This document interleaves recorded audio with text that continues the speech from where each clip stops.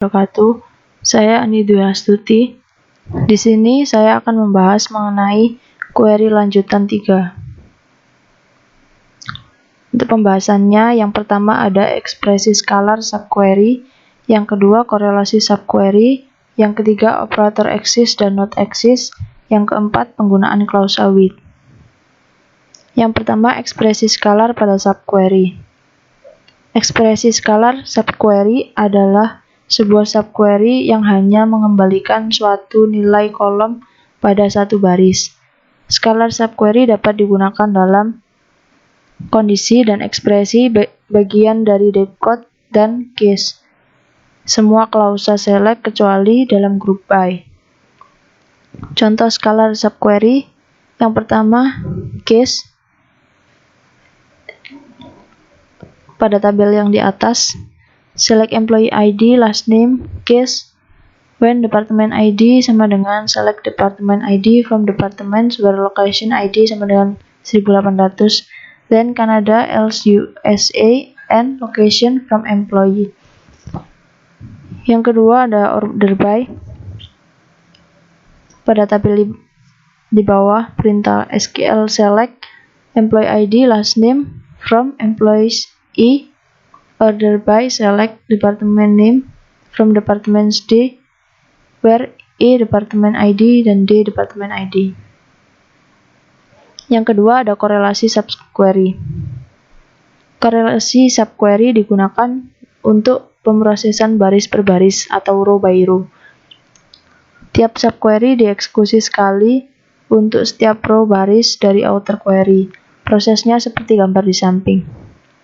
Yang pertama, ambil baris dari outer query, lalu jalankan inner query dengan menggunakan nilai baris kandidat, lalu gunakan nilai dari inner query untuk qualify atau disqualify baris kandidat, lalu kembali lagi ke awal yaitu mengambil baris dari outer query. Proses korelasi dimulai dengan mengambil baris dari outer query, kemudian inner query dijalankan dengan menggunakan nilai baris kandidat, kemudian nilai dari inner query digunakan untuk melakukan kualifikasi atau diskualifikasi baris kandidat. Sintaks di samping subquery mereference suatu kolom dari sebuah tabel dalam parent atau outer. Contoh penggunaan korelasi subquery. Pertama, subquery untuk mendapatkan data semua pegawai yang memiliki gaji lebih dari rata-rata gaji pada departemen tempat bekerja. Select last name, salary, department ID from employees outer, where salary lebih besar dari select average salary from employees where department ID sama dengan outer department ID. Setiap saat baris dari outer query diproses, maka inner query dievaluasi. Yang kedua, menampilkan detail pegawai yang pernah berganti job sedikitnya 2 kali. Select E employee ID, last name, E job ID from employees E, where 2 kurang dari sama dengan select count bintang from job history where employee ID sama dengan E employee ID. Hasilnya terdapat employee ID, last name, dan job ID. Seperti di tabel. Yang ketiga, korelasi subquery juga dapat digunakan untuk mengupdate baris pada suatu tabel berdasarkan pada baris dari tabel yang lain. Korelasi seperti ini dinamakan dengan korelasi update. Update tabel 1 alias 1 set column sama dengan select expression from tabel 2 alias 2 where alias 1 dot column sama dengan alias 2 dot column. Lakukan denormalisasi pada tabel employees dengan menambahkan satu kolom pada tabel tersebut untuk menyimpan nama departemen.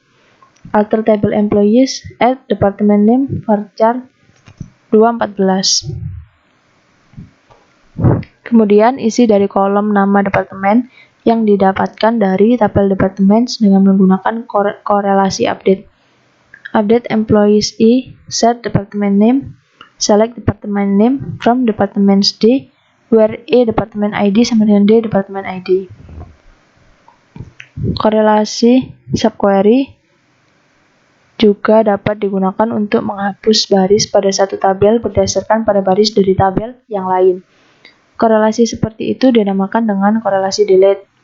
Delete from tabel 1 alias 1, where column operator select expression from tabel 2 alias 2, where alias 1.column sama dengan alias 2.column.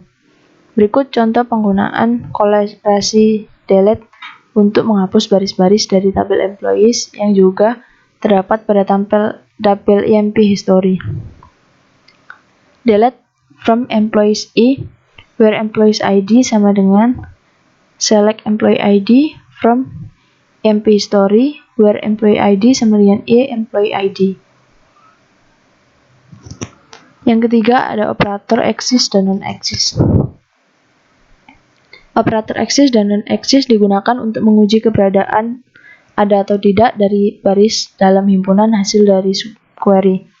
Jika ditemukan, maka pencarian tidak dilanjutkan dalam inner query dan kondisi ditandai true. Jika tidak ditemukan, maka kondisi dinilai false dan kondisi pencarian dilanjutkan dalam inner query.